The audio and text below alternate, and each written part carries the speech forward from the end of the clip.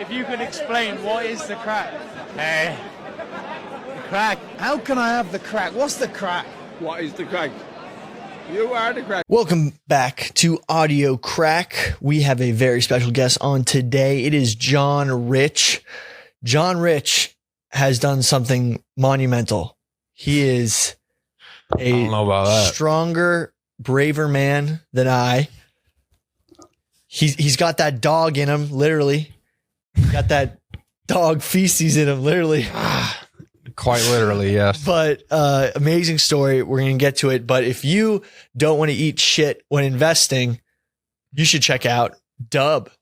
Dub Invest is our presenting sponsor. We crackheads are in debt to Dub till the end of time. Check out Dub. I have a promotional code. You can get $20 for free. If you use my code, it's in my Twitter bio. Check it out now. Download the Dub app. It gets a 1-week free trial. But what is Dub? Dub is like eBay for investing. They built a marketplace where you can copy the investments of great traders or be the trader who gets copied. It's a democratization of access to hedge funds. You know, usually people who get those regular 6 to 7% returns are millionaires, billionaires. Hedge fund managers take them on because they have enough money to make it worth their while. But Dub is bringing the concept of picking people instead of stocks to invest for the masses. Today, you need millions to invest in a top hedge fund. Dub allows you to copy the trades of some of these great traders without the millions and billions that's required. Like Nancy Pelosi? Yeah, you can copy. Really? Yeah. Oh, shit. Yeah. Portfolios are based on politicians, insiders, and hedge funds. Okay. Users have built portfolios that track their public trade filings. One of the top performers is the Pelosi portfolio. It's up 70% this year. Yeah. So look, all these insiders, they're taking advantage of the system. You can't beat them. I tried to run for Congress, try to beat them, but I'm just going to join them and copy them. Portfolios are built up by up and coming traders. Users have also built portfolios trading tons of unique strategies. Some of them are even beating Pelosi and now have thousands of copiers. Best part is no one can fake performances. It's the first regulated copy trading program and the company is regulated. Dub Capital is an SEC registered investment and that is not the Southeastern Conference. That is the Securities Exchange Commission. And Dub Financial is a broker dealer member in FINRA, just like Fidelity or Schwab. It is also SIPC insured up to 500K. Trades happen automatically. And then once I press copy, everything happens automatically. So I put money in there. I'm up since I put it in. I don't even have to watch it because I know there's much smarter people than me who are making all the hard decisions, doing all the research. It's like, you know, getting the cheat sheet for a test and not having to study. I just leave it in there and know that people who are much more responsible with money than I am are doing their jobs and I just have to copy them. It's so easy. You can set it and forget it.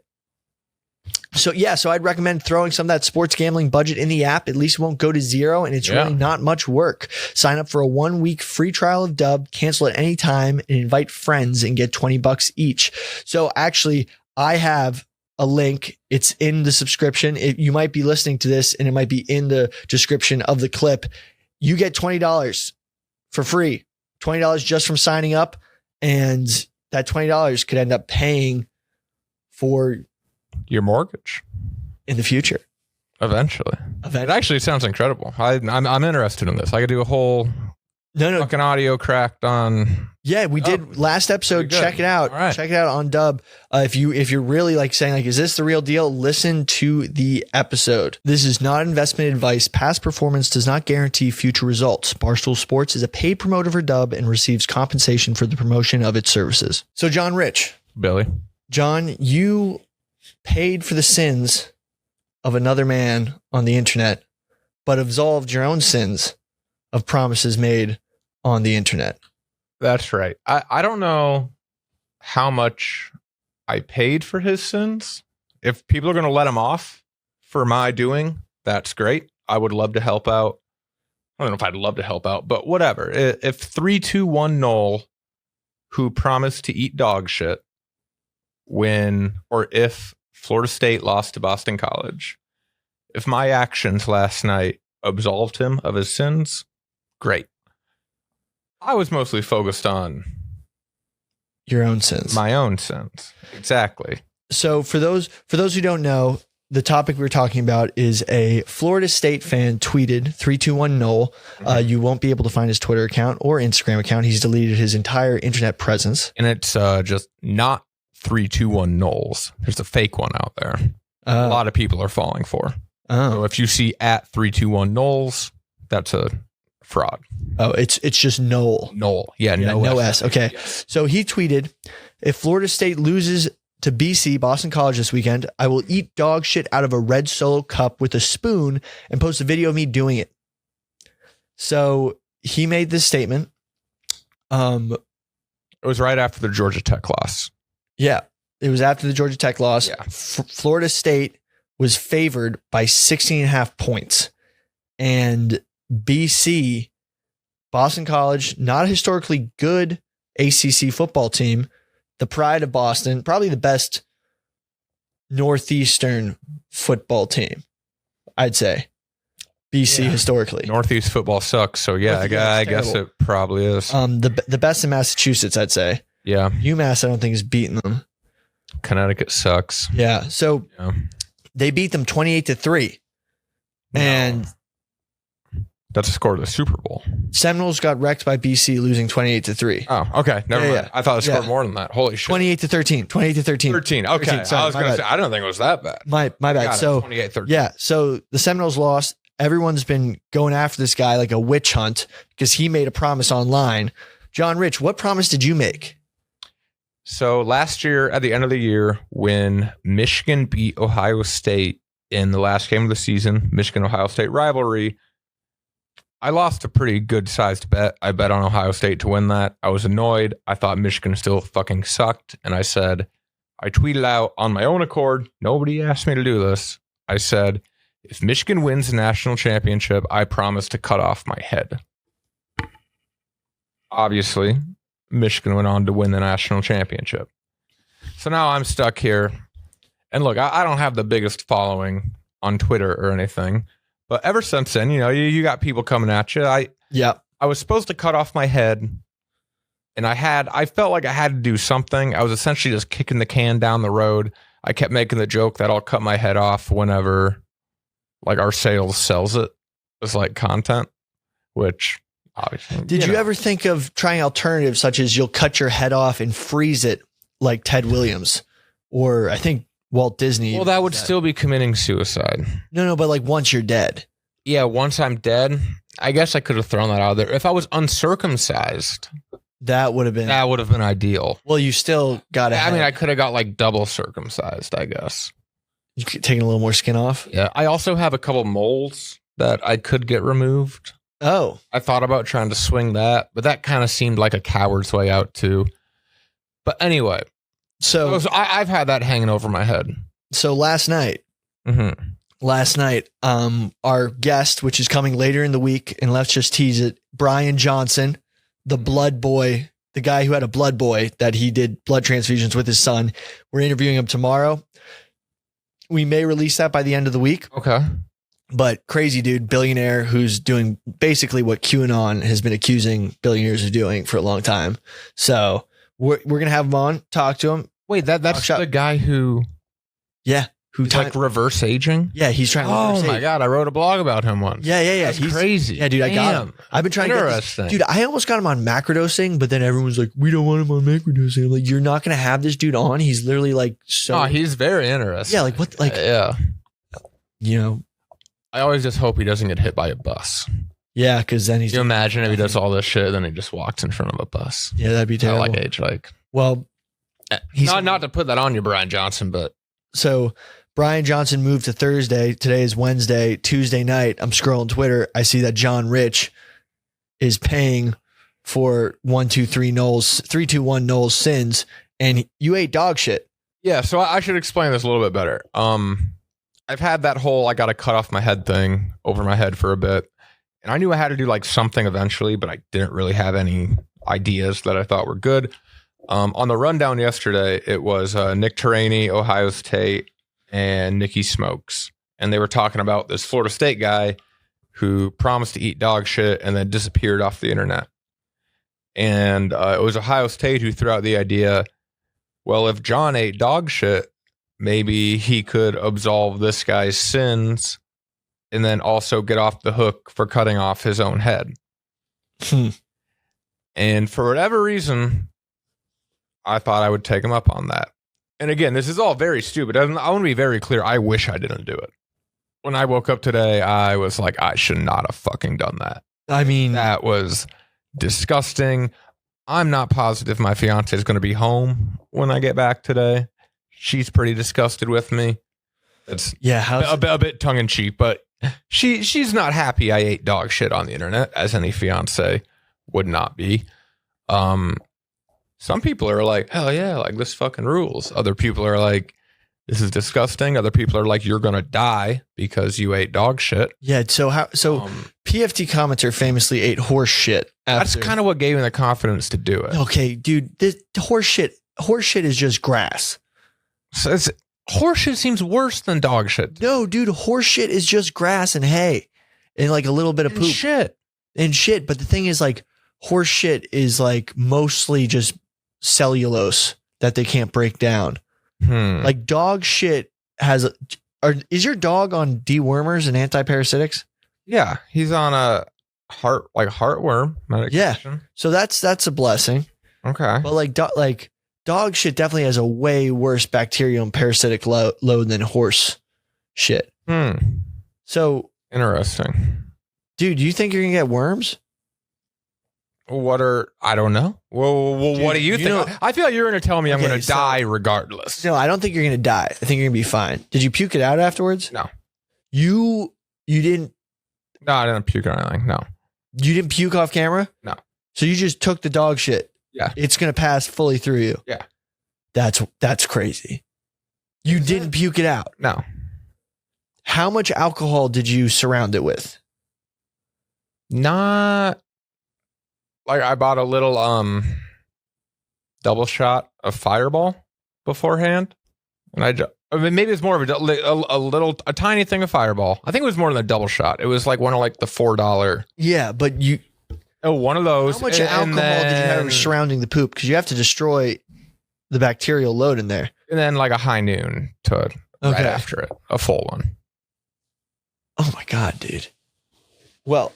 I'm going to die is what you're telling me. No, this whole podcast is not going to be poop talk, but John Rich, it's a very, I have a lot more questions to ask you about your life. Go ahead. Your time, your story. Go ahead. But I can't believe you like didn't put pure like Everclear around this poop to make sure it was just dead.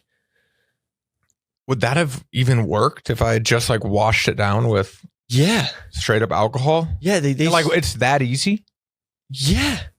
Huh. Just to disinfect it. Interesting. I mean, the thing is, like, there's a lot of people. So there, we had a biohacker on, Josie Zahner, who did a fecal transplant. Now, fecal transplants, your biome is determines a lot of your mental health, a lot of your energy. Like your gut health is a huge impact on your mental health, physical health. So you actually, by changing your gut health and getting some dog microbiome in you, you might really just get that dog in you legit. Like this might be an edge. This could be good. This could change my life around. Yeah. My only concern is it was Chihuahua poop. Wait, why is Chihuahua poop? Well, because like out of all dogs, like Chihuahuas compared to other dogs, very yappy, fearless, vicious at some points. Chihuahuas. I feel like you're just making shit up now, but you think, that they're vicious. Yeah. So I'm thinking that's what I'm trying. Like I've only been attacked by 3 different types of dogs. 2 have been Chihuahuas. Right. Yeah. So I mean, you're definitely gonna have a lot of bark and a little bite. So that's a great move by you. But also, do you think the fact that it was maybe the size of an M&M, a non-peanut M&M. Okay, that makes me feel better about the whole reason. Yeah, this guy should... Like, it's not like I, like, ate a whole fucking dog shit. Yeah. Like, it was, like, the tiniest bit on the end of a spoon. Because that was the thing. That's what made me mad about him. Like, the way this Florida State guy is like, yeah, I'll eat it out of a cup with a spoon. Like, he could have taken... He should like a Rice Krispie. Like he could have taken. He should have just done a 2 girls 1 cup and just done chocolate chocolate. Or ice. yeah, exactly. Or he just could have done like the smallest amount, people would have been satisfied. And I probably did more than I needed to do, but it was still like very small. So like when your dog was using the bathroom, how many times, like how much did you think about it? And why did you choose that dog?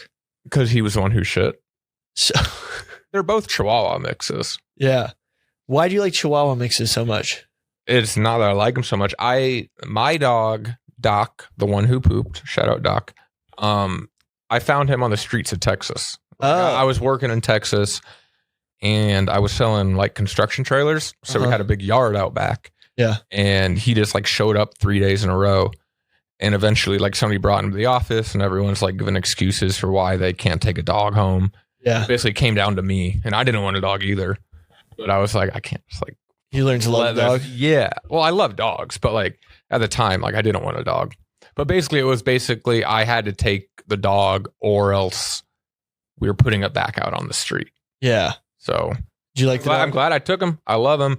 And then my fiance also just happened to have a small like Chihuahua Dachshund mix. Do you know that Chihuahuas were originally bred for food? Really? Yeah. By who? Mexicans? Yeah. They were, it was like guinea pigs. Wait, what? Yeah, guinea pigs were originally bred for food too. You ate guinea pigs? Yeah. You still do in Peru. That's crazy. Yeah. People were eating Chihuahuas? Yeah, I'm pretty sure. Sounds terrible. Yeah, I'm pretty sure Chihuahuas were bred for food. Yeah, I'm looking it up right now. Historically, Chihuahuas were commonly raised as food and considered a delicacy in ancient Central American cultures. So that's why they don't have the best temperament. Interesting. That's why they're kind of like... Okay. Yeah. They're good dogs. I got good dogs. Yeah. But no, anyway, he literally, he just walked out shit. I took the tiniest bit. I just washed it down. I didn't fucking chew it or anything. So you aren't the first person to eat a Chihuahua byproduct. No. How many people do you think voluntarily have eaten shit in the history of mankind? Like dog shit? I think thousands. Thousands? Yeah. I think like 1,000. I think over 1,000. You think over 1,000? Under 10. Under 10,000, over 1,000. Under 10, over 1,000. Jeez. But like people do dumb shit on dares. Also, people eat ass all the time. Yeah, but not dog. Think about that. Why is dog worse than human? Shit. That's actually a very good point. I feel like it's about the same. It's got to be about the same. Okay, we're going to do a live Google. How bad? I've been afraid to Google how bad eating dog. I haven't Googled it once because I don't want to know. Okay, we're going to do this live and then we're not going to talk about it again. The ingestion of small amounts of stool of a healthy animal or person is considered minimally toxic. What to do if your child eats dog poop? Actually, yeah, let me know what to do if a child eats dog poop. Yeah. What about a human? I mean, what about a child is a human? What's a grown man? Same thing. Okay, beyond moving past the yuck factor, here's what to do if your child eats dog poop. Ignore it. Go on a few podcasts. Okay. Eating poop. Ooh, a small amount is okay. First step, clean them up. Wash their hands. Give them a few sips of water. They may experience immediate nausea and vomiting from the unpleasantness of eating something so unpalatable. Well, I'm fine. I'm good with that. Okay. Watch them over the next days for problems. I feel great. Do you have food poisoning? No. Vomiting, diarrhea, abdominal pain? Okay. No, not at all. Okay, then you're fine. No need to worry. The majority of children are unharmed. Let's go. Wow. I did drink, one thing I did do, I don't know if this is good or bad. I drank a bunch of, Miralax. Oh, to get it? Yeah, just to like shit like what I had out. To get it faster? Yeah. I don't know if that helps or not, but I mean, I always got Miralax on deck. Ivermectin would have been a good move. Is it too late for Ivermectin? No. Well, look, if there's one person I'm getting Ivermectin from, it's probably you. Dude, Ivermectin radicalized me because I had scabies in college. Oh my God. Okay. Yeah, scabies is the worst because you don't know what it is. You think it's some sort of STD. Then you're like, oh my God, what is this? It spreads a lot like an STD, but you can't protect against it because it's body to body contact. You can also get it like bed bugs, like in a bed if someone has scabies. Bed bugs. I got it working excavation deep in the woods. Okay. But the only way to get rid of it is ivermectin. Interesting. So then I had taken ivermectin, before then the pandemic happens. Yeah. And then, they're saying that ivermectin isn't for humans. And I'm like, what the fuck? I had ivermectin like 2 years ago. But it also like was for humans. Like people were like swearing by it, right? Yeah. Yeah. And no one actually died from eating the toothpaste. Like they sell it in like Tractor Supply for like horses and cattle. Same drug. You can go to TSC and buy ivermectin. Yeah. Really? You just got to make sure you dose it right. I don't think it seems like I shouldn't. That seems like ivermectin is actually one of the safest drugs in the world. They like give it to. Does it fuck with you at all?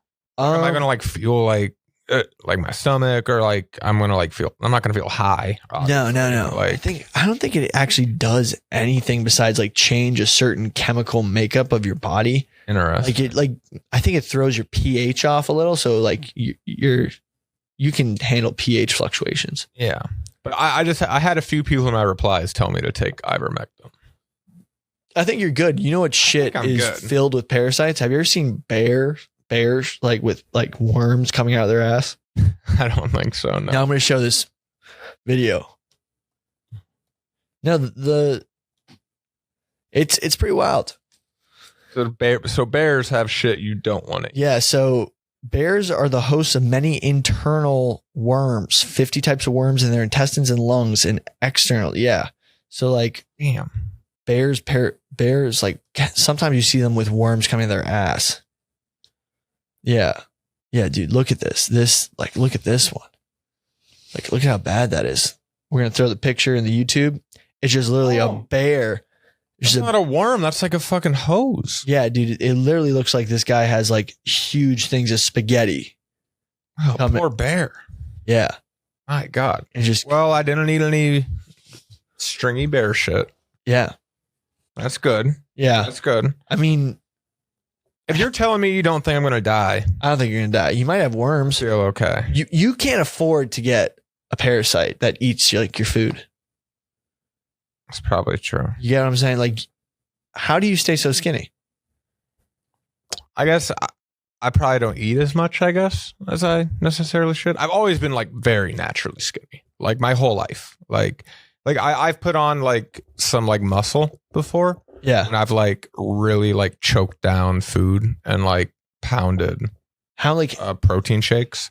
Like I probably weigh like 170 right now.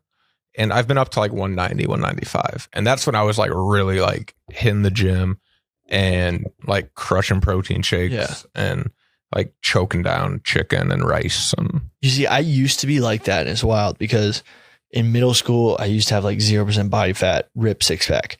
And then like I tried to put on as much weight as I could. And like I hit this perfect point. Yeah. Like senior year of high school. Mm-hmm. And then into freshman year of college where I just was hacked. And then sophomore year, put on a bunch of muscle. I was running around like 240. But then somewhere around COVID, I purposely slowed my metabolism down for so many years trying to put on muscle that just like my body just turned straight to fat. I don't know what happened. Yeah. So I just don't understand how like guys like you and Gaz maintain being ripped.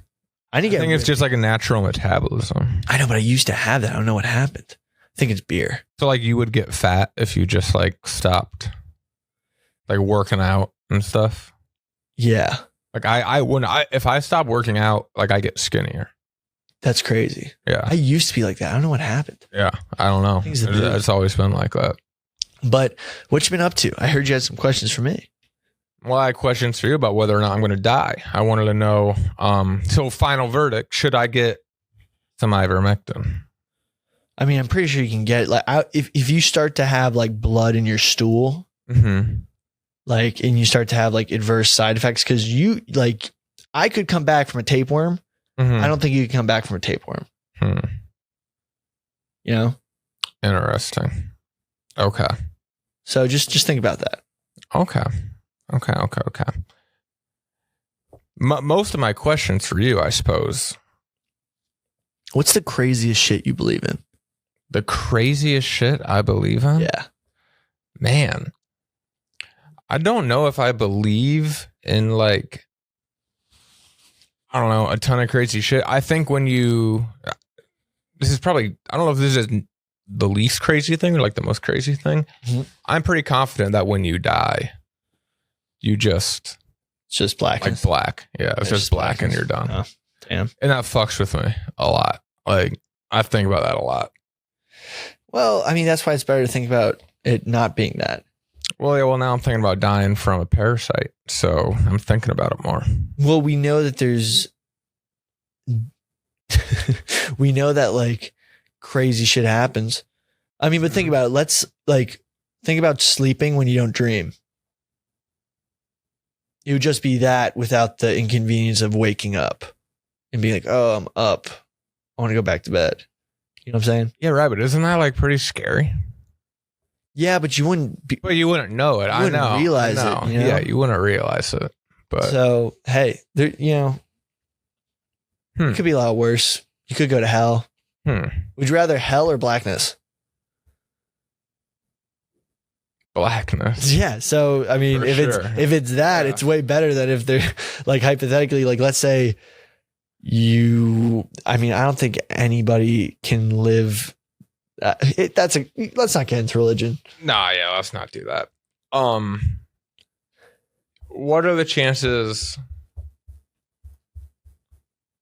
I'm worried about a war happening at the end of this election. I'm not gonna lie. I feel like could be a war. So I was watching that movie Civil War, which actually is pretty well done. It basically they keep it pretty apolitical. Mm-hmm. And it's just, what would a civil war in the United States look like? The atrocities, and I think the pandemic gave us a little prep for that. But there's so many scenes overseas of civil wars and what those look like and what happens in those situations when there's a breakdown of civilization, when there's a breakdown of the community, like society as a whole, and just putting that frame of reference in America, was just super interesting. I do want to see that. I've wanted to see that. I'm not worried about if Trump wins. I think we'll be fine. I'm worried if Kamala Harris wins. Yeah, I think people are going to be so fucking pissed. Well, the thing is, honestly, in the scheme of things, January 6th was the extent of what the rights getting mad is. Yeah. Whereas what we saw in the summer leading up, that's the left getting mad, and that was a lot worse. I guess that's true. Yeah. When you're talking about the riots. Yeah. So what's going to have a broader impact? It's in a different way. Yeah, it's it's a little more concentrated. I just won't go to the Capitol that day. Yeah, we're kind of fine. I don't know. That's crazy because even in hindsight, because I'm very unplugged from political scene stuff. I hardly even remember what the causes for certain things were. I know it was that actually sounds really dumb. Obviously I know it was police incidents with obviously that, but I don't know. It's one of those things where Trump got shot. That is fucking insane. That is so fucked up. Yeah, we've kind of forgotten about that. We've kind of forgotten about it. And we never got any fucking information on dude got shot. That guy. And we don't know anything.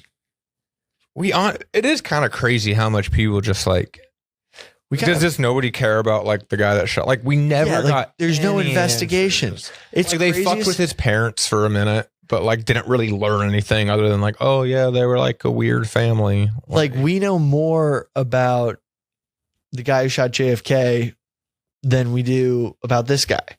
Yeah. All we know is what he had some Google. They're he Google he had Google searches for Biden and Trump, and I was like, that doesn't mean shit. Like, it's like if he's Googling the presidents, like, yeah, I like mean, that doesn't mean anything. But I feel like that's like the extent of what we've ever even heard about it. I mean, like, think about how People much. really did just let that go. Yeah. And like how many people investigated so many different things. So Lee Harvey Oswald, we know so much about Lee Harvey Oswald, and they conducted 25,000 interviews to find out. Like, I don't think we've even done 1,000 interviews in regards to the Trump shooting. Yeah, well, I guess what do they just say that like nobody knows the guy? I mean, we heard about his like rifle club. Yeah, I mean, it's and like it we just heard sounds that weird. his parents were like nobody in the neighborhood knew him. I mean, think about this. Kind of weird.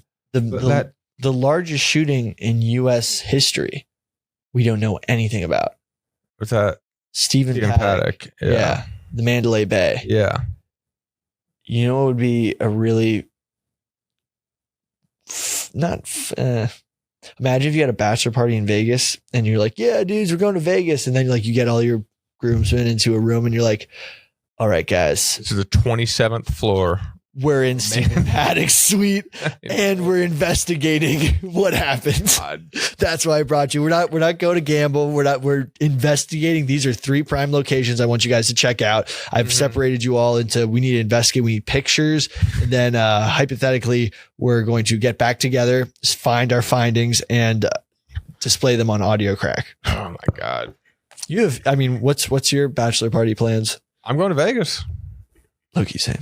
Yeah. Assuming my fiance is not gone when I get home today because I ate dog shit.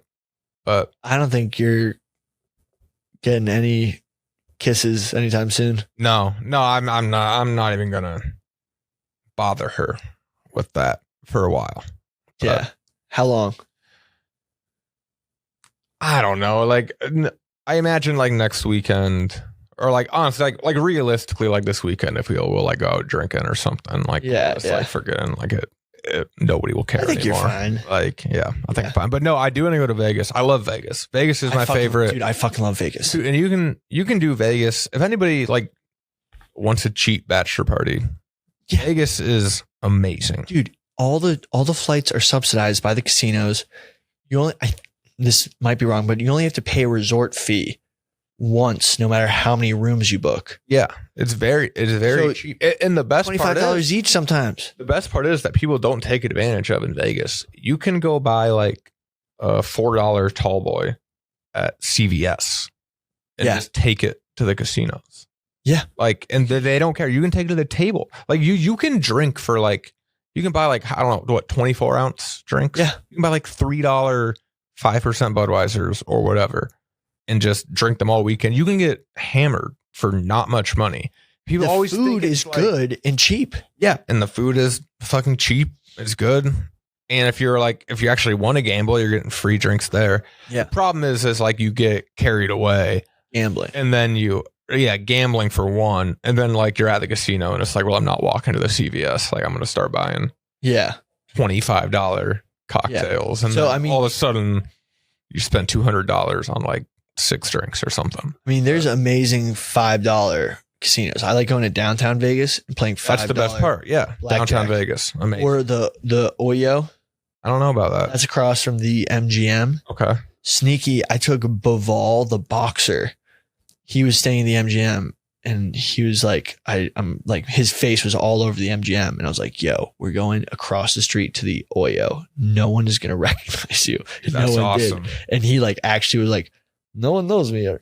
I'm having a great time. Yeah, his face isn't plastered. Yeah, like I gambled with my friends and he was like wearing sunglasses. It was the funniest thing. It was like, oh man, it was low key like partying with like Borat, but he's a very dangerous boxer. That fucking rules. Because he lives in Kyrgyzstan now, but he has that like same type of accent. I'm like, what are you doing? Dude, I feel like you run across the craziest people. Tell me about here's a question for you. When you and Uganda, well, a few questions about like the Uganda football. I don't know how much you've talked about this on Audio Crack already. Tell me about the guy who was scamming you. Oh, Steve. With the football team. Yeah. Because I've heard like a bit about it from Donnie, but I feel like I've never got like, and I don't know how much like you can tell or like want to tell about like what this guy like really did. So, to, okay. Like, You know scam what? you guys out of money. I'm actually the reason I didn't talk about this was because I wanted to go back. Okay. And I wanted to maintain a connection with the program. Okay. Steven is now out of the picture. Okay. Good. So I actually can't talk about this now. Basically, Steven was doing the craziest shit. And I wish Donnie was on here to talk about it. And Steven was like helping run the when I first, Uganda football program. Yeah, when I first came back, I didn't talk about this. Donnie was very open about it. And I didn't want to talk about it because like I just wanted to be able to go back, you know, have good relations. But this guy was, and we've heard from other people that there was another football player who went over to Uganda before us. He played in Europe and he was a former college player, and he went over to Uganda and Steven set him up to get robbed. Jesus. So like we were lucky in a sense. He got probably more off us, but like we weren't in any physical danger. Wait. So back up for a second. How was Steven like introduced to you? So Steven, I don't know how Donnie got in contact with these guys. Exactly. I think he DM'd them on Twitter. Can we come cover? But, you know, it worked out. But Steven was basically, he got us rooms at this apartment complex. Who was like a concierge? Yeah, he basically, he was setting everything up for us, but he was also charging, a fine, like he was overcharging us. Okay. He was skimming off the top. He was like, okay, I got you rooms, $200 a night. We checked with the hotel. The rooms were only $100 a night. Okay. Yeah. You know, but I guess that was, you know, and we were fine with that. But then, you know, the night before the game, Steven was like, I need $1,000 or we can't have the game. Like, you need to pay for this, you need to pay for that. Like this isn't going to happen. He basically time and time again was just like, this game isn't going to happen unless we get all this money. So he was basically getting us to pay for a lot of the logistical stuff and pocketing all the money that he'd gotten from the government, the NFL. Like the NFL has been handing out money in Africa to like help the programs. So they, for some reason, see that there's tons of money in relation to American football. And, you know, I don't blame them. Like, you know, economically, it's hard to make money over there. Yeah. And the type of money that's being handed out, like, but the sort of, like, for example, Steven was going across, you know, flying to New York. He like went to an Eagles game. He met with like him and the sports advisor were like visiting. Like there was just a level of kind of, and like the players weren't getting paid, even though they're supposed to get paid, and like they weren't getting food. Like the whole bus fiasco. Like it was. Yeah, tell me about the bus thing, because that was bus thing. Basically, we gave money to get a bus. Yeah. Bus never came. We had to pay again for transport, and like, where the hell did the money go? Yeah. And then it was like, oh, the bus driver stole it. And then it was like, what? And then we called the bus company. The bus company, we have no idea what you're talking about. Like the whole thing, it was just like, he knew we had to get the content. So he knew he could like take the money. And if it didn't happen, we were going to try to make it happen. Damn. It was just like, I don't know, it was a weird situation. All the players are now like, they know what happened. And so none of them will play for him. And the thing is, Ghost was one of the players that was in trouble the first day. And like, you know, you come in, you like are thinking that the coaches and the, you know, whole organization were in the right. You're like, oh, this guy, like, you know, like you kind of think of it almost in high school or college terms. You're like, oh, this guy must have like been late to practice or something, but it was like, no, dude, we just keep getting fucked over in these, like we don't get paid. We get treated terribly. Damn. Like, so there was so many players who had quit the organization and been like, I need to tell you the truth about the Ugandan Football Federation. So now I kind of like, we've exposed this, and I kind of feel bad from this point of view because they're restructuring the organization. And honestly, this is like a lesson in like nation building and like foreign policy. Like when Steven was in charge, stuff did happen. And like he ruled with an iron fist, but he was able to like have a structured organization. Now there's a complete power vacuum and there's multiple teams sprouting up. I'm in so many group chats about football teams and I'm like, did we really like these guys wanted to play football and now they can't, like they have a bunch of teams, but there's no national team. So now they're playing a lot of inter-squad scrimmages. They're like playing each other from different villages, like the Jinja Titans. I'm in so many group chats. Damn. But I mean, so I guess that is just like very, I mean, that's almost like kind of just how things run over there, right? Like everyone is kind of just like they're skimming off. No one's a little bit. Yeah, no one's running. Well, especially when foreigners are involved. Yeah, no one's running. You know, there's no. But the thing is, like, there's no point for Steven to run a program unless he's making enough money to make it worth his while. Yeah. So that's why, you know, because so when you and Donnie comes in, he's like, I have to like make a few $1,000s off these guys, you know, and instead of doing it. I mean, he probably could have like straight up came to you and you would have gave him like more money. Yeah. Like if he would have been like, I mean, maybe not as much as he was like trying to get, but like, well, I was a sucker because like, for example, I paid for an extra practice. Yeah. Which was like, you know, $200, but I was like, these guys need to be ready. Like what are you paying for? Like, yeah, I was paying for the field. Yeah. And then he was like sitting there. Then he was like, oh, they paid for the field. Like we can make them pay for the field for the game. Like we don't have to pay that. Right. So he saw that I was personally willing to like try to pay to help the team. Yeah. And he was like, well, we're just going to like ride that gravy train until it's in the ground. And like, the thing is, you know, the guys on the team, I'm still talking to them today. Like I try to help them out as much as I can. Like honestly, if any of you out there know how to help get a work visa in the United States, like I'm literally having some of these guys apply to like the Disney hospitality school because, you know, no one wants to take a chance on 27-year-olds who, you know, they could play D3 JUCO. Play football in the United States. Getting them here is the hard part. Right. And it's not worth a lot of coaches' while to like go talk to their financial aid and, you know, international students office and be like, can you get me a student visa for these 27-year-old Ugandans? Yeah. Like they're not that impressive of players. Right. Right. So it's hard, you know. That's tough. Honestly, let's just fuck it. Get them a flight to Mexico and let's just get them over the border. Yeah. I see why people do it. There needs to be, and you know, I campaigned on this. We need to have a better way to get legal citizenship because, you know, like it's hard, but at the same time, the numbers are hard to get any types of citizens, you know, because there's so many people trying to come into the country. Right. But one thing I will say, my little brother, that's because you were talking about like Africa, like how things work over there. He is he's a lawyer right now.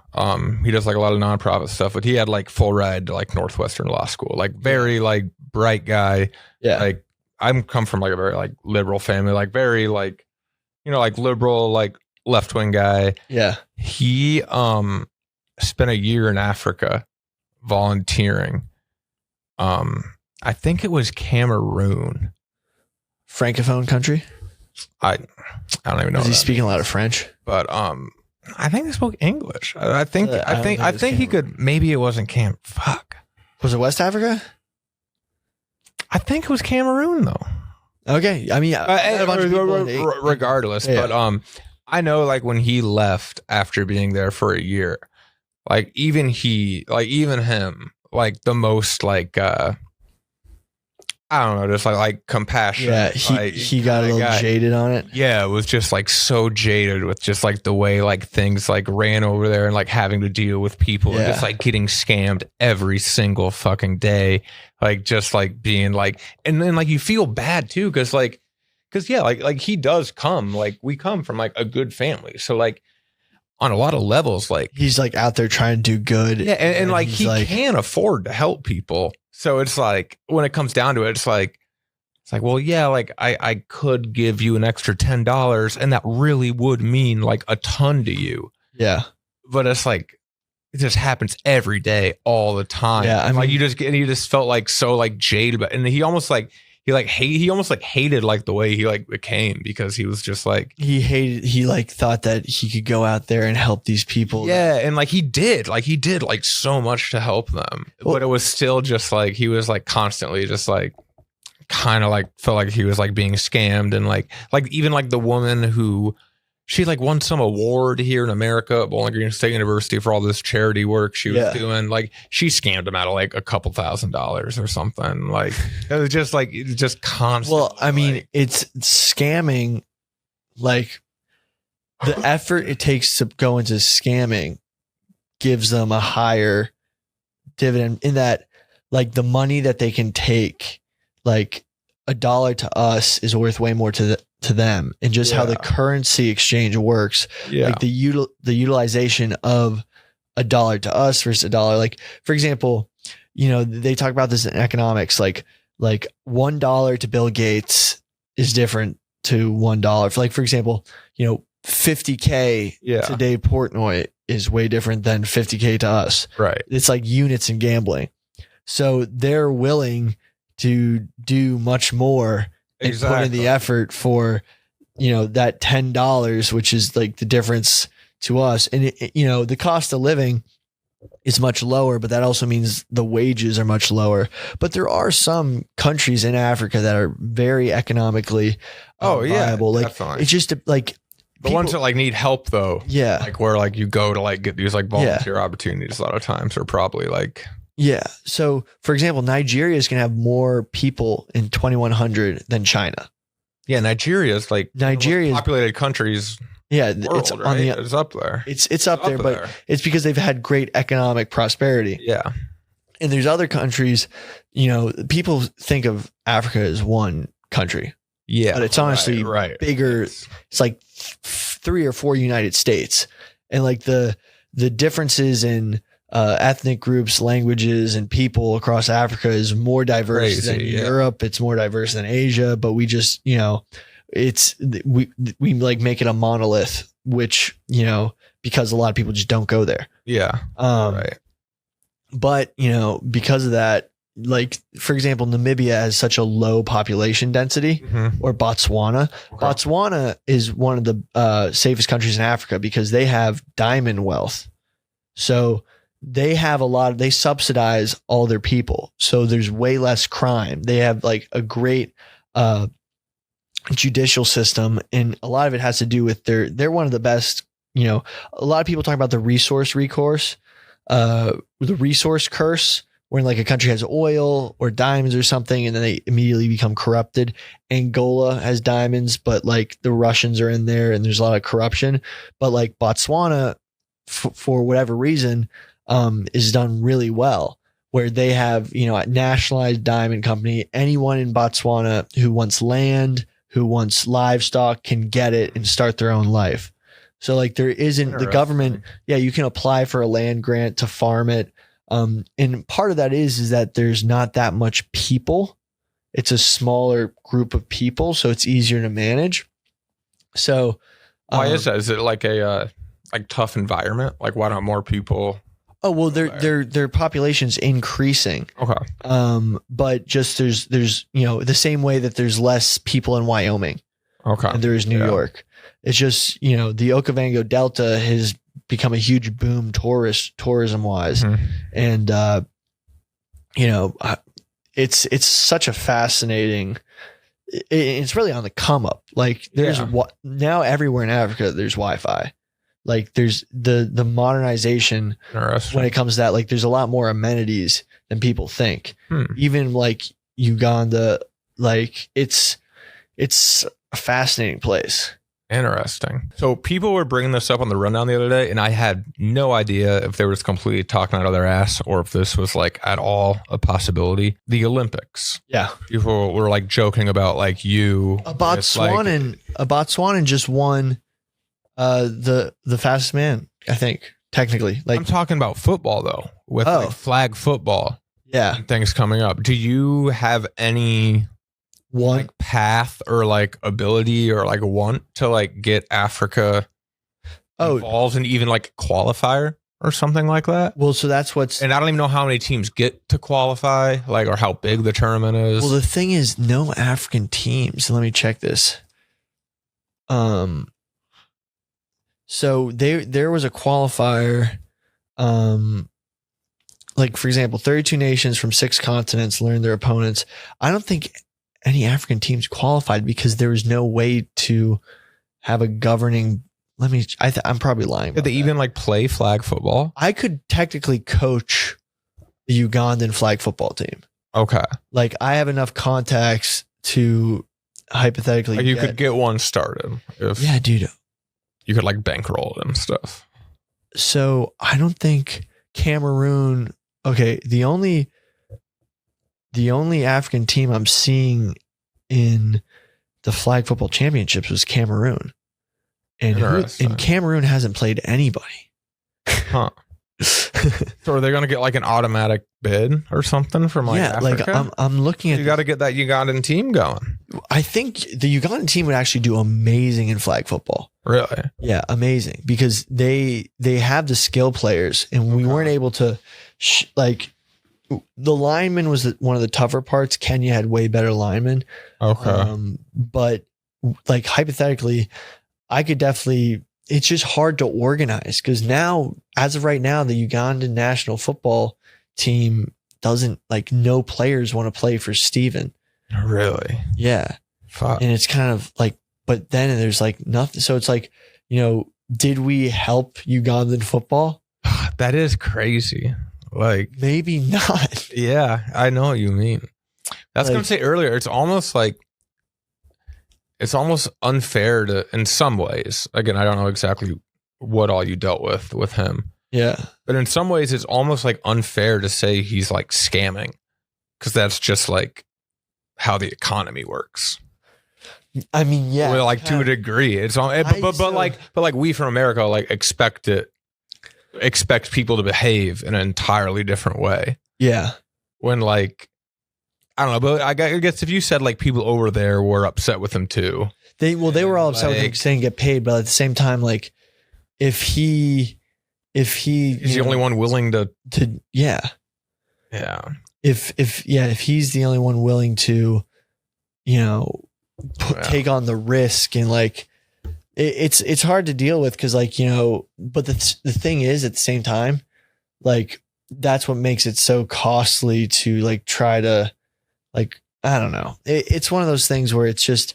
Well, I imagine he's not getting like if it was structured enough where it was like, well, you're going to get $20,000 a year. Like, we'll give you $20,000, and then then you have expenses. Then like he wouldn't have to do that. But like, it's probably just like not organized enough. So like they all just like kind of have to like try to make money their own way. I mean, look at this. So actually, now that I'm looking it back up, some of the assistant coaches were also pissed at Steven. Okay. And none of the coaches want to work for him. Okay. So it was one of those things, like, now I'm revisiting it. Yeah. Like, hopefully one of those coaches who the players trust can help create a new national federation. The thing is, the government, only gives a charter to one group, and Steven was able to, through whatever means, get the connections to get that charter to be the national team. Okay. So then there's working with the government. Yeah. So like, the thing is, and as we know about working with the government or trying to be a government official, it's a cutthroat thing. So Steven might have been the only ones who were able to get something like this done. Yeah. Because of his ability to, his Machiavellian ability. So like, it's one of those things where we take so much infrastructure for granted. Yeah. Right. Like, even roads, like, yeah. Like traffic laws. Yeah. Like, you can literally drink and drive in a lot of these countries. I believe it. Like, with a beer in your center console. Yeah. And like, no one's like, it's wild. But, well, I always even think about that, like, when I'm not getting too into whatever, but like when you see like, obviously, like a lot of like DoorDash drivers and Uber drivers on bikes are immigrants. And you can just like tell, like, by like the way like they drive, that like they're just not used to like having to follow actual like rules. But they're just like crossing roads and just like weaving in and out of the boda. It's like, it's crazy. Well, that's the craziest thing, because I was like, I've talked about this before. I was gonna do, when I was running for Congress, I was like studying a lot of these immigrant camps. Okay. And like, it's kind of crazy because they don't take capitalism for granted. They're saying like, oh, I can make money and I actually have upward mobility. Yeah. Like they, for example, all the homeless people have been getting into fights with a lot of these refugees, immigrants who are staying at these camps because they've been taking all the cans and bottles. Shit. Like how they're collecting cans and bottles. Right. So this is how it works. And I was actually talking to one of these guys because he spoke French and I spoke a little French. So I was speaking to him. So he's like, was collecting bottles and he was like, I'm collecting enough bottles and cans to save up for a cell phone. Then once I get a cell phone and and they're just getting like an Android that can download the Uber app or the DoorDash app. Damn. Once I get a cell phone, then I can work for DoorDash. So they can actually see a path. They see a path. Then they work for DoorDash. Have that option. And they're running on foot. So they're only taking the jobs that are close. Damn. So they're running on foot doing DoorDash. Then they save up enough money to get a bike. And then they can do more DoorDash. It's like very admirable. It's very admirable. It's like a video game. Yeah. Like that you're leveling up. Damn. And it's like, then you can get a motorbike. Yeah. And then you stop pedaling around. And then some of them are, there's some kingpins who've then enlisted some of the guys who are still collecting cans to do multiple DoorDash orders for them. Which is illegal. Yeah. Which is illegal. And they're just all pretending to be the same person. And they're just picking up as many trips as they can. So they just got people in like different areas. Yeah. They're like, okay, go pick this. And it's wild. But you see how the gig economy, but at the same time, are a lot of the gig economy stuff taking advantage of immigration. So for example, Uber. So hypothetically then these guys level up so much doing Uber Eats that they are able to buy a car or get payments on a car, or put a down payment on like leasing a car, and then they can drive for Uber. Yeah. Or like they lease one through Uber. So you can do that. Yeah. So they get enough money to get to that point. Then they're driving around Uber driving. But this thing is, all this influx of labor is keeping wages stagnant. Yeah. Like, because there's so many people coming in, like Uber can, keep paying people shitty amounts. Yeah. So there's that element. And it's tough. But at the same time, all these guys can still claim that they're unemployed. They can. Because they gotta interesting. Because, at the same time, the immigration offices aren't taking account of, they're not cross-checking with Uber of who's actually working. Would they get fucked though? Like if they have to if they did pay taxes? Well, none of them are submitting to the IRS. It's probably not enough that they flag it. Yeah. They're probably not making enough. It's crazy how it works. And but the thing is now, everyone's coming to New York. Yeah. New York's paying for flights for people to go anywhere.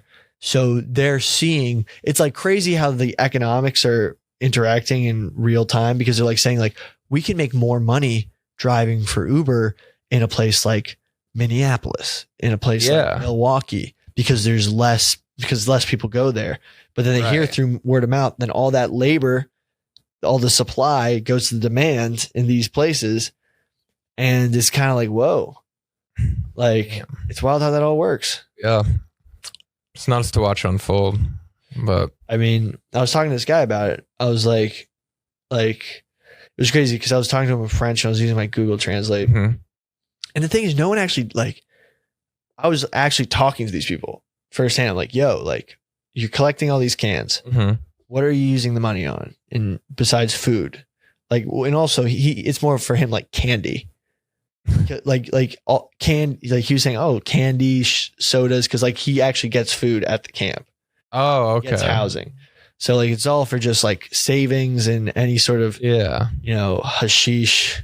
Okay. Yeah. He said he's spending. Interesting. I was like, "Are you spending on alcohol?" And he goes, "No, hashish." So it was just an interesting conversation about, like it's literally the video game. It's the American dream. Yeah, really. Because a lot of these guys are getting to the point, if they get that car and they're driving for Uber, it's like huge.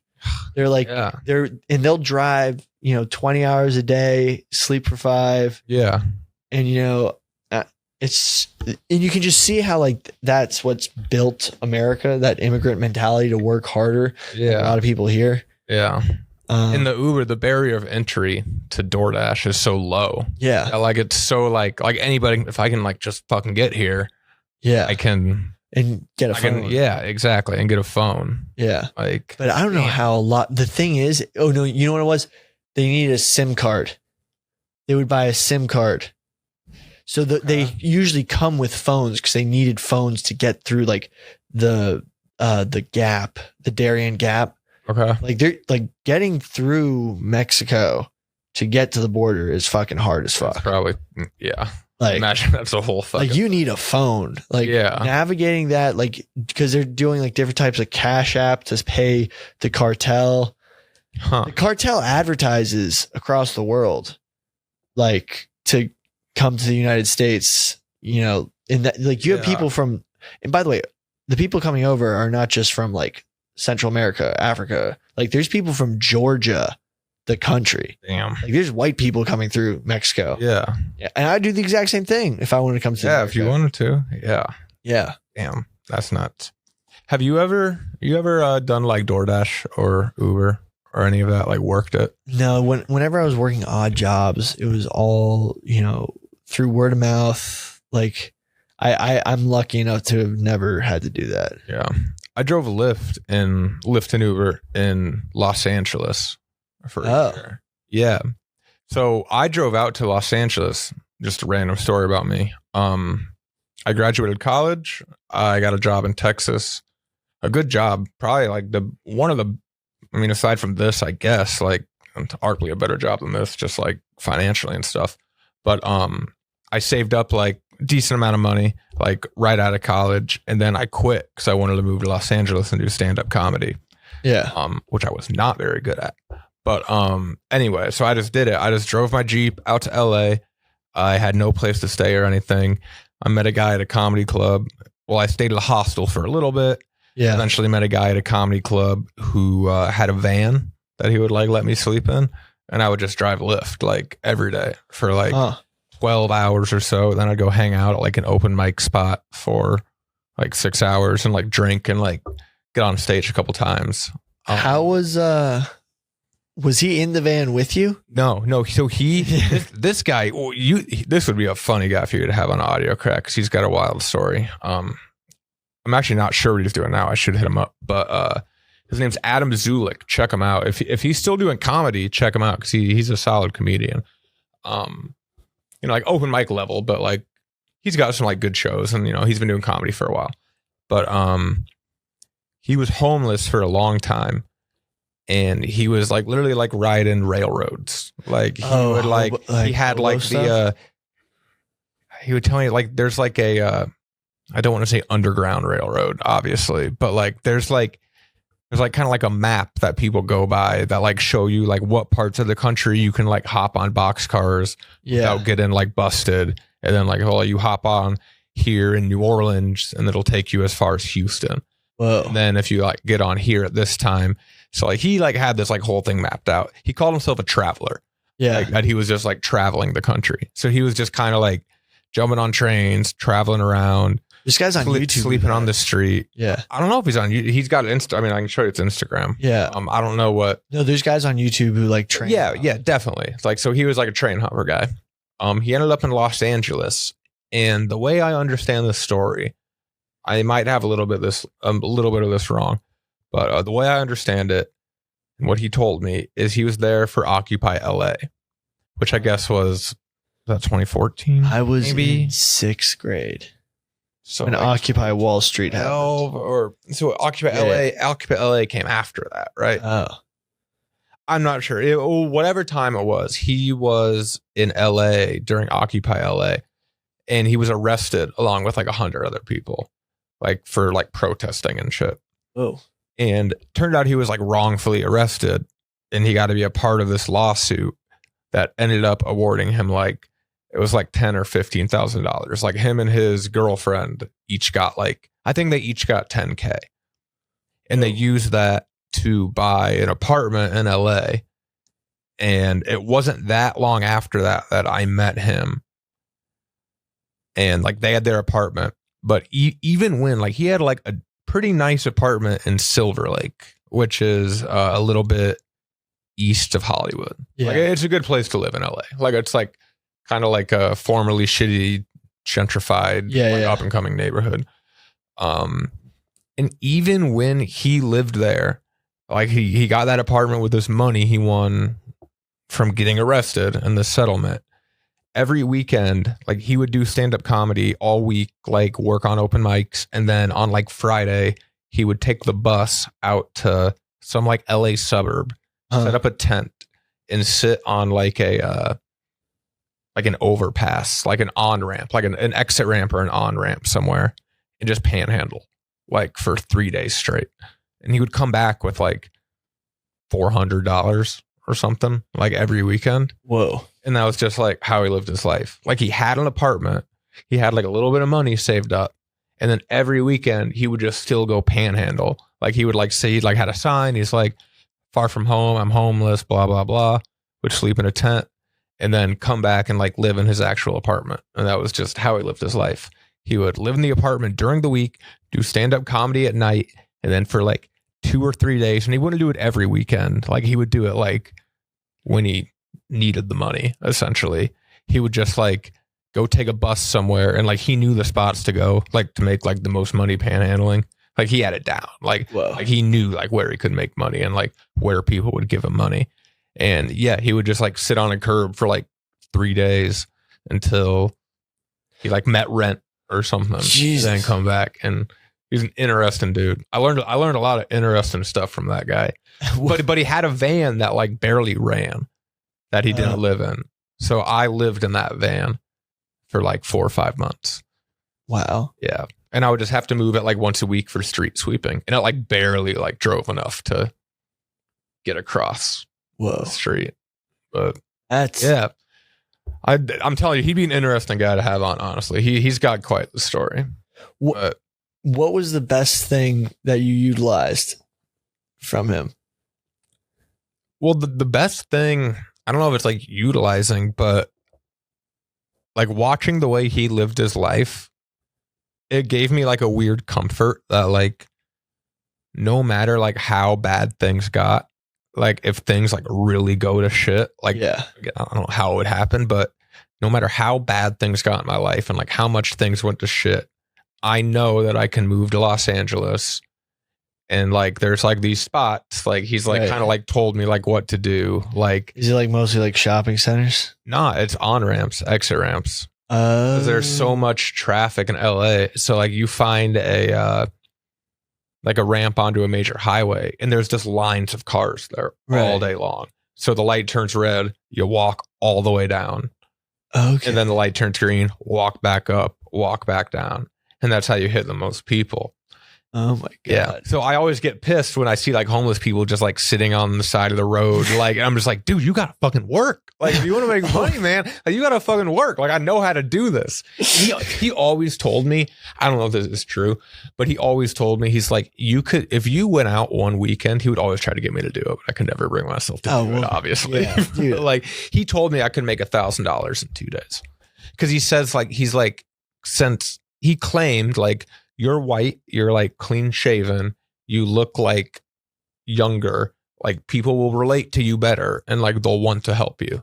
He's like, I guarantee if you like hold a sign that says far from home and you go to like a suburb of LA and like find like a busy on ramp, you would just rake.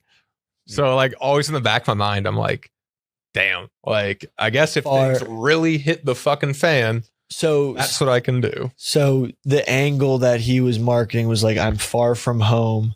That's what he told me. I don't know if that's necessarily what he used, but that was like his strategy for me. Like your strategy would be, okay, you like like you're a good guy who came on bad circumstances just because I'm far from home. That's what he was kind of saying. Like, yeah, that's like the picture your sign would paint for you. And he thought that would work like really well. Like I come from a good home. I'm just You're like just something like yeah, just something basic. Like let them make up the story in their head. Like once I get far from home, down on my luck, need help, and then just like walk by the cars. And well, I mean, Donnie did that whole video series about the mole people. Yeah. Like how many people? I think he spent time in Vegas too. I think he's got mole people stories. Like Donnie? No, my guy I'm telling you about too. Like, I mean, there's a whole alternate society. I know. It's crazy. Have you ever heard the song Big Rock Candy Mountain? Yeah. Big Rock Candy Mountain. Yeah. And how they just sing. It's like a song, like it's a hobo hymn that they used to sing. Like this would be the best life for hobos. Like where all the bulldogs have rubber teeth. Where like if you listen to the lyrics of the song, like there's no. I've never really listened to it, but interesting. Yeah, it's like that's the heaven of hobos. Where it's like they're just like trying to survive, and like in the Big Rock Candy Mountain, there's beer in every stream. Like I'd recognize that lyric. Yeah. I don't even know if that's the exact. No, it's something like that. Yeah. It's like the watchmen are all blind. And it's wild. It would be great. I don't know if there's any. I know there's still people who travel the trains, but like there used to be a whole sign language for hobos, like that they used to mark down on like train tracks, like to show like danger here or like great spot to hop on. So it's crazy that your bud. Wow. Adam Zulik, man, he was a good comedian. And then one more thing I'll say about him. So he was obviously like right before I left, he was kind of getting sick of like the panhandling stuff, right? Because obviously he'd been doing that for a while. He was getting older. He's like in his 30s. He's older than us. He's probably pushing 40 now, or like upper 30s. Yeah. And me and my buddy Cubs got a job doing door-to-door canvassing, which is like a big thing out in LA. This is a scam in its own right. Basically, these companies, they'll just like dispatch 10, 15 people in a few different cars and send them out to random suburbs of LA. And you just go knock on every single door. And every door you walk up to, you just like try to like find something wrong with the house. So say like their gutters are hanging or like they need a new paint job. You knock on the door and you're like, hey, like, say they need a new paint job. It's like, hey, we're painting a few houses like a couple blocks away. While we're in the area, we just noticed like your house could use like a trim up. Like, would you be interested in a free estimate? And if they said yes, then we would like get their information down and then they'd send somebody else out there to give them an estimate. And the whole business was like the person who'd come out to give the estimate would just be like, yeah, we could do this for $3,000. And then they would just hire somebody to do it for like $1,500. Oh, wow. And then, so it was literally just like, they would just like send, like honestly, half the people there were like basically homeless or like sleeping on couches, like the employees, like people like me, like at that point who were just like walking around. So we had that job and we got Adam Zulik, this guy, we got him the job and he was like amazing at it. Whoa. He just gave like zero fucks. Like I was like, I was never like that great at it because I have like I don't know, like I was like, I don't want to bother these people. Like, I have like that. Just conscious. And like, I knew I was like scamming them and he just like didn't give a fuck. Like in his mind, like all these people were like sheep and like, you know what I mean? Like, there's like society. I'm just making up words. You know what I mean? Like, and you're just like slave to the system, like all this dumb stuff. So he had like no respect for him. So he would just be like so pushy and like get shit done. And I'm pretty sure he's like a boss. Like he's he's like higher up in one of these places. Well, there's so many. So I think he's like actually making like pretty good money now at like one of these door-to-door canvassing places. So he kind of came up. Dude, there's tons of people who scam government contracts doing the exact same thing. That was a whole part of the business. Solar panels in California because the government was paying people to put in solar panels. So essentially, I forget exactly how it worked, but essentially if we could convince people to pay us however much money to install solar panels, we would just like take the fucking money from the government and then they would like pay us. And yeah, or maybe that wasn't exactly how it worked, but we were essentially just like, oh my God, like taking this government money and then taking money from them and having. I mean, the hustle. Yeah, that was a hustle, dude. There's a lot of hustles out there in LA. Yeah. I mean, LA's got like a dark underbelly. Mm-hmm. That's something I noticed as soon as I got out there because so many people go there to like, I feel like New York's different. Like people, you can't sort of go to New York without a plan. Yeah, right. I went to LA with zero plan. Like it worked out. Like it worked out enough. Like LA, I feel like a lot of people just go without a plan. Yeah. Then they end up in like a weird situation. I don't know why there's a difference like that. I mean, I think you can sleep on the beach. Well, I found a hostel when I first, or you can sleep in your car just because the weather in LA is always fine. Huh. Like even in like the winter, like I mean, it'll get hot, but like you can deal with hot, like if you have to. Yeah, I feel like maybe it's because New York is just way more capital intensive, like cost intensive. Like yeah, and I mean it's harder to like find a place to park even. Yeah, like everything costs money in New York, and it's more money. Yeah. But yeah, in LA, I literally went out there with no plan, and then I found a hostel in South Central, and I lived there for like 2 months. Wow. And even that was like it was $600 every 2 weeks. So like I wasn't like cheap. Like I was still like that's $1,200 a month. And I was still saving up. Like I mean, I had money saved. Like if I was completely broke, I don't know if I would have had to sleep in my Jeep. But eventually, I got tired of paying that. Why did you and went to the van to sleep the van instead of the Jeep? It was just much bigger and much more comfortable. I could like lay out a mattress. There was like a bench. There were like benches along the sides. How many people were sleeping in there with you? Just me. Okay, it was only me. Yeah, it was empty. I kind of like took care of it for him. So I guess in a little bit of a way, I was helping him out because he would have to like move it for street sweeping and shit. Yeah, you get hit with those tickets all the time out there. Sweet. Yeah. So I would have. I mean, I did sleep in my Jeep for periods of time, but just when that was an option, I was like, it actually doesn't sound like too bad of an option. Yeah. So I did it, and I would go shower at Planet Fitness every morning. How much? That's like $13 a month, right? I think I was spending 30. Okay. At the time, maybe 20 or $30 a month. Yeah. Yeah. I'll just shower at Planet Fitness in the morning. Go drive Lyft. Go hang out at comedy clubs. Sleep in the van. Do comedy clubs feed you? No. And you have to buy the drinks? Yeah. Well, the club I would normally go to, it was called Marty's. It's closed now. It was an open mic club, and they had a convenience store like downstairs, and it was bring your own beer. So people just bring drinks. There's a back patio. Everyone's just smoking weed all the time. Like it was cool. It was more. I mean, everyone was like a comedian, but the people like who like hung out there all the time like weren't like super serious. They're more just there like kind of hang out and get drunk and pretend they're doing something with their life by going on stage for 5 minutes. Apparently, the Yak's watching your video right now. Oh God, have they called me? Yeah, they're pretty scarred by it. Yeah, I wish I didn't do that. I'm not gonna lie. I really wish I didn't do that. No, honestly, now that you explained how much poop you ate, it was very small. Yeah, I think that is kind of the problem. I don't think anybody had the stomach to actually watch.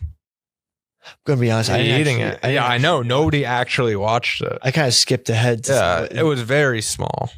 Like it was like the size of an M&M, I think. Oh man, be like, my dog takes freaking huge shits. Well, yeah, I didn't like scoop the whole shit. Yeah. It was like a very like tiny, pretty dry too. Yeah, I don't know. I wish I didn't do it. Honestly, it was one of those things. I thought it was funnier and like less gross at the time. It is funny. It's funny. Yeah, it's definitely funny. It's definitely gross. I feel bad. I feel so bad for my fiance. Everybody forgot about PFT eating horse shit. That's kind of like what made me do it because I was like, well, he did it, and like nobody. Horse shit's like grass.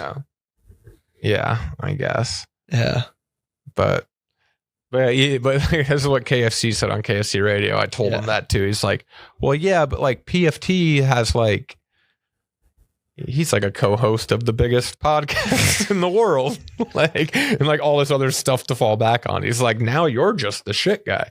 Like, oh fuck. That's a pretty good you're point. not just the shit guy. You got more going for you. Yeah, I guess. But no, whatever. I wish I didn't do it. But Hey, you did. I've been ignoring my friends all day. You kind of just I gotta texted them back. you kind of just gotta like forget, compartmentalize, and just be like, then people remind you of stuff you did in the past, and you're like, oh, yeah, I forgot about that. Yeah, right. And it's all jokes, right? Jokes. It's parody. It's all fucking jokes. I mean, honestly, sometimes like when I get like, just be like, yeah, no, like when people are like, oh my God, I can't believe you eat dog shit. You just go like, yo, it's just a Tootsie Roll. I know, right? You just kind of like say those little things just to like, Yeah. To bridge the barrier between like real life. I wish I should just start planting that seed with people just for the hell of it. Like, I kind of wish I could legitimately say that, but I did actually do it. But I should just start like with like certain people to be like, oh, you believe that?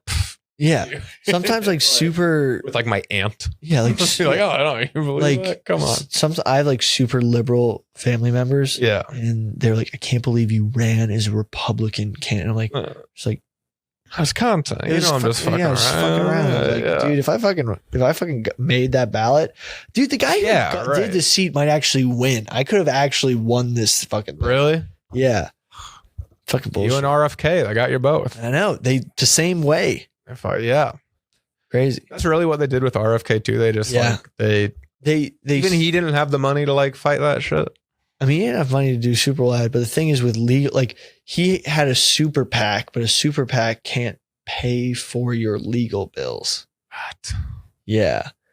So that's what's hard because your legal bills, like a super PAC can pay for ads, merch, like all the stuff that say that you're not involved in, but they can't, like you're if you're on a lawsuit.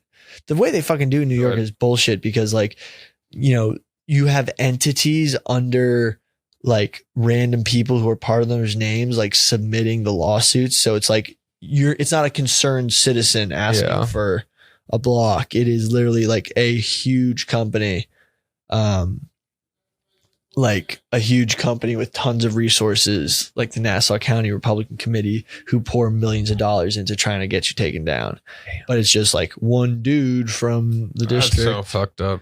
Yeah, I'm so turned off by politics now, man. Yeah, me too. I'm kind of embarrassed to say this because like, I should like keep up with stuff more. I started out just like as a test to like see how I would like it. Yeah, like a month or so ago, basically like. I think it was soon after Trump got shot. I just deleted I muted every like possible political like candidate or any like political word on Twitter. Just like everything, like Trump, Harris, like everything. I just like muted. Yeah. Has been kind of nice. I'm not going to lie. Like I've been, which is bad. Like I was like, I shouldn't just be fucking ignoring it. I kind of feel bad about it, but at the same time, it's like, no one even talks about politics anymore. Everyone's like no one even. Yeah, I'm kind of tapped out ever since the whole fucking campaign. So I'm just like I can't. Yeah, I don't even like know about. Like I don't like feel like I have even an understanding of like any side's policy because like nobody talks about policy. It's just like, dude, I mean, strictly like personal attacks and like, and I'm just like, dude, like I feel like I don't even like what actually does help me. Yeah, I would love to. And if I did a little bit of digging, obviously, like I could learn shit. Right. I mean, like, yeah, just the amount of shit like whatever. Like, I don't care like what JD Vance did in the fucking military or like whatever the other guy Walls did in the military or like, I don't know, just like shit like that. Like, and that's all the stuff that the thing that pisses people seem to care about is why does that matter? I checked out. And that was so hard. I checked out, but at the same time, like I'm seeing the active like misinformation to promote Kamala Harris. Yeah. Oh, like, and it's just, I'm just like, fuck, are they about to fucking do this shit again? Like, just see how like if Joe Biden had been shot or had been shot at, we'd be hearing about it for years. That's probably true. I mean, we'll still be hearing about this for years, but it has kind of like gone away in a weird way, which I don't. I mean, now like there's going to be no debate. It's going to be like COVID. Be a debate. Like how the fuck we're not in COVID? Why aren't these guys debating for us? Fight for approval. Like what Why the fuck? aren't they? Because Kamala's like trying to like make it so Trump can't like play by her rules for the debate. She doesn't want like Trump agreed to. She's trying to like prevent him from just dissing the fuck out of her. Is that like what it is? Yeah, and Kamala is not a good speaker. She's like she's good on a teleprompter, but besides that, she isn't fast on her feet. They're gonna debate though, right? I feel like they're gonna at some point. I have to think it's gonna happen. I mean, it's 2 months until it's like around 2 months until like the actual election. Like, what the fuck? Yeah. That would be wild. I almost think it. Yeah, I don't know. Oh, Bill Belichick joined Instagram. That's pretty cool. Yeah. Good for Belichick. You watching any football? I'm getting back. Dude, to yeah. Florida State college sucks. football. Like They're so bad. I'm so sorry. Ugalele. I can't pronounce his last name. Uyangalele. Ewan Ugalele sucked. He's so bad. So bad that I had to eat dog shit. Yeah. Look, I didn't have to do anything. But no, he's embarrassingly bad. Yeah. It's crazy. The college football playoff just broke them. Like they did get fucked last year, but I feel like ever since then, like they should have made the college football playoff, even though they would have lost by 50 points to whoever they played. But then they lost by 60 to Georgia, and Florida State's just dead now. Huh. It's crazy. But yeah. My team Bowling Green's going to be good this year. Watch out, dude. guys. Someone just signed into the Audio Crack YouTube account, and I'm trying to figure out if I'm getting hacked. Are you getting hacked? Well, if I'm getting hacked, you guys know it's not me because I'm literally on. It's not Billy. He's on Audio Crack. I'm on Audio Crack right now. I've been getting incessant emails from Gmail saying that like somebody has been requesting to like sign into my account. Yeah, dude, that shit. I think that's spam though. Dude, I don't think that's like real. Dude, since I've been 18, I've been on the fucking internet. So I've been so paranoid about like shit getting out about me. Yeah. That's why I was kind of like, I can fucking run for Congress. I don't have any shit on me. Like I've been clean since I've been 18. Yeah. And if anything is out there of me, it was from before I was 18. So I don't have any federal crime. Yeah. It was almost kind of nice. Like when I did the whole, Barstool Idol was like, people were like digging a little bit. But then when I was like in the running for Kirk's producer, when I was doing that whole thing, they really like went and like, oh really? Everything. But like, how was that? What happened? Like those Minifans.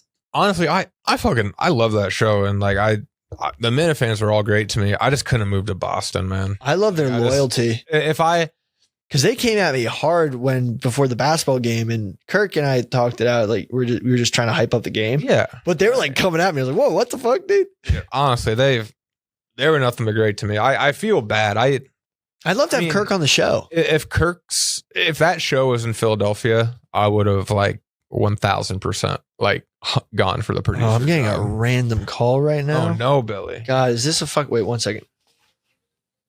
Hello.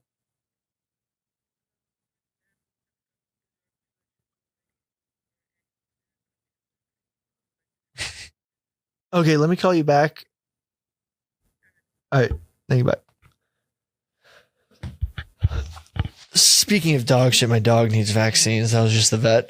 I'm so paranoid now because someone tried to log into this YouTube. The fuck? That's how I was like. I kept getting these emails saying somebody tried to like log into my Microsoft account. But like I have the 2-factor authentication, so they just keep sending me the code. Oh my God. Like they can't get the code, but at the same time, I'm just like account. So that's what I don't really get either. Like, but that could just be Gmail. Wait, Microsoft's email.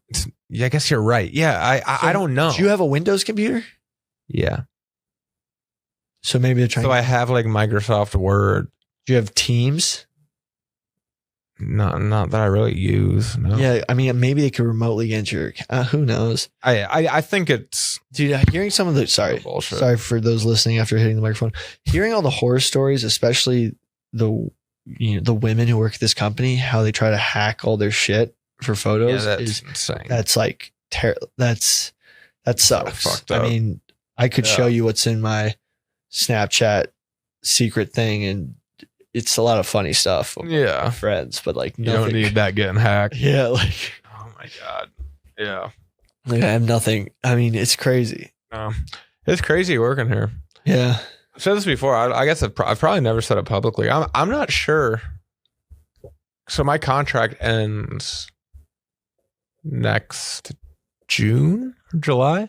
Congrats on getting re-upped. No, I didn't get re-up. This was they gave me a 3-year contract. They gave you a 3-year contract? Yeah. Oh, nice. I'm not really sure why they did that, but they did it. So obviously I wasn't going to turn it down. Yeah. But it's up at the end of next year.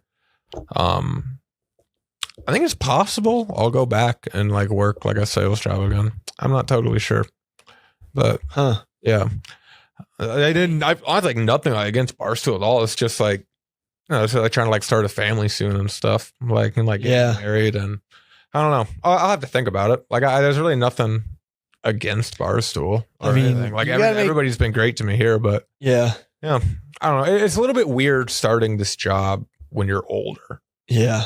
Because like I already kind of had like a life, my whole life set up, right? And then you're like, yeah, and you're almost kind of like starting over when it's like a whole different industry. And I'm also like, just to be perfectly honest, I don't know how confident I am that you get re-upped. Sorry. Well, I think yeah, but like no. I yes, definitely. I think I would like once or twice, but like I don't know if I necessarily have the talent to. Like, how long can I realistically take this? When, like, I know I could work a sales job and make a little bit more money. And there is I don't know, like, at 50 years old, am I going to be blogging? Like, well, there is. I don't know. So it's just, it's just tough to. There is the element. I'll probably end. I'm almost honestly. I say that they offer me another contract, I'm gonna fucking take it. But there always is part of me that's like, is it smart? Like, realistically, like, I don't know. There is the element of being the late stage of a company.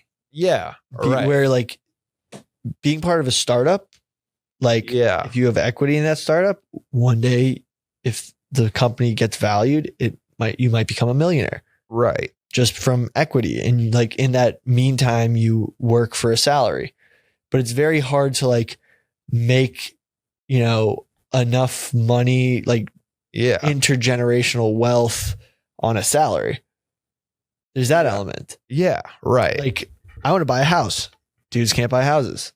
Yeah, dudes can't buy houses. Well, no, exactly. Right. That's the only reason why I could never buy a house. Dude, you can't buy a house right now. And like the rates are so fucked. Like, hopefully, someone gets into office who will lower the rates, who understands real estate and understands the housing market. Yeah.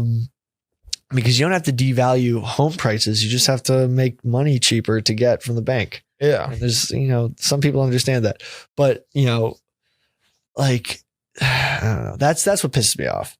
That's why I keep involved. It's just like I can't start a family. You should. Like my grandfather had 2 kids. I don't know. And he was, well, the reason I like don't keep involved is because I just feel so like, it gets you powerless. I just feel so powerless. Like, what am I going to do regardless? Like, what, I mean, other than cast one vote. Yeah. Like, yeah, I don't know, but yeah, we'll see. I do like it here. It's fun. I like blogging. Shit. Someone get into my YouTube. Oh no, Billy, you're getting hacked. Wait a second. 23. Am I getting? Who could be getting into my YouTube right now? What the fuck? That's just so not chill.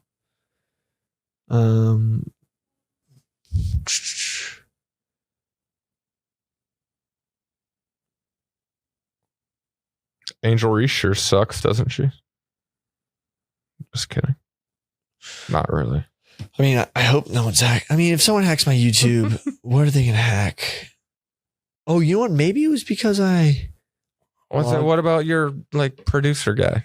Yeah, well, I just texted him. He said it wasn't him. And then, Greers, who does the numbers, it wasn't him either. Huh. So that's concerning.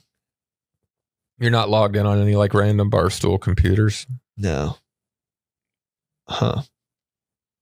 Well, I think we've had a great run. Some good crack. Great crack. Great to have you on, John. Stay tuned. We might release the Brian Johnson interview tomorrow or today or this week, next week. We have a lot of great guests coming on. I'm in a good place to be, but sometimes it's hard to stay current when you're getting enough interviews. And then you can bank some of them, but some of them, Yeah. So maybe we'll do a little, end of summer release. Is Brian Johnson coming here? No, I got him remote. All right. I mean, nice. it's better to get him remote and then be like, come back in person. Yeah, that makes sense. How old is he? He's old. Technically now. Oh, well, biologically or time wise? What does his license or his ID say? What his ID says? Yeah. According to the government, how old is Brian? You watching football this weekend? Yeah. Okay, so Brian Johnson. Oh, wait, there's a lot of Brian Johnsons. There's a ton of Brian Johnson. Provo. Brian Johnson is an American. Yep. So he's 47. Okay. Yeah, blood guy. Biologically, he's negative. I think 24. I think he's like 18. Yeah. You watching football this weekend? Yeah, absolutely. So I'm just going to say my picks. Oh, yeah. Let's get some picks. No, just because like NFL, you're talking? I'm talking everything. This is my football schedule for the week. Okay. So Thursday, of course, I'm watching Ravens at the Chiefs. I'm taking Ravens -3. Ooh. Honestly, I might just take the money line. I mean, Ravens plus. Ravens are +3? Let me pull up the exact. Yeah, I was going to. Yeah. Let me put, because they may have changed. What do you think about Packers Eagles in Brazil? So I'm just doing straight money line. Let me just get this. Kansas City's -3. So yeah, I'd just go Ravens money. If you're betting Ravens, I go money line. I'm not betting against Mahomes, so not in week. They play to win, not to cover. Yeah, that's very true. So okay. There's no way Michigan beats Texas. Are you getting the odds on that? Texas is -7.5. Okay, yeah, Texas to cover. I don't know if I like them to cover, but if Michigan wins that game, I'll cut off my head. Stop kidding. doing this. Take that back. I take that back. That was a joke, everybody. I don't even know if this is going in the episode. No, I will tell you, Bowling Green is at Penn State this weekend. Penn State is -34.5. They're going to cover? Bowling Green, we have maybe the best two skill position players in the MAC. Running back and tight end, very good. We have a secondary, and our quarterback, it's his 5th year playing college football. He hasn't necessarily been good that many years, but it's an experienced team. Some decent players, will be better. One of the better teams in the MAC. But most importantly, they won't put out Bowling Green money line. They won't give these books. The books won't give you Bowling Green money line, which makes me think they're fucking scared. So take Bowling Green +34.5 because there's something like, why can't I bet money line? I've been looking at it all week. They got me Bowling Green +34.5, but money line is not an option. So they're scared. They're basically scared. So that's a good bet. Guarantee Florida State does not lose this weekend either. Would you eat shit again? Yeah. They don't play. They're on bye. I don't know. You got anything else? What are you looking up right now? So this is my plan for the football weekend. So Thursday, Ravens at Chiefs. I'm taking the Ravens +130. Derrick Henry, Lamar Jackson together for the first time. I think that's going to be electric. And then Friday, I'm watching the Brazilians, the 8 p.m. Brazil game, Packers, Eagles. I'm going to take the Packers money line +113. So yes, 2 underdog money line picks to start the week. And then I'm going Saturday, of course, going to watch Texas, Michigan. I'm taking Texas to cover -7. And then the second game I'm going to watch is Colorado at Nebraska. I'm going to take Nebraska to cover 7.5 points. Then Sunday, I'm going Chargers, Raiders. I'm going to take the Raiders money line underdog +130. Then 4 o'clock game, Cowboys at Browns. I'm going to take the Browns money line to cover. I think Cowboys are trash. And then I'm going to take the Rams plus 150 money line underdog again. And then I'm going to go Jets plus 180 money line against the Chiefs. Chiefs might be frauds. Someone just logged into my YouTube account again. But yeah, that's my bets for the weekend. I can't bet every game. So those are my bets, and I'm going to watch those games intently. Good. Well, hey, I'm taking take Bowling Green Saturday plus 34.5 at Penn State. One last thing, Billy, who are you taking in the Barstool DraftKings End Zone Crown sound scoring challenge? So if you don't know, every week we have to. It's like a Survivor League. It's a Survivor League. Yeah, we can, but it's a Survivor League, and you can join too.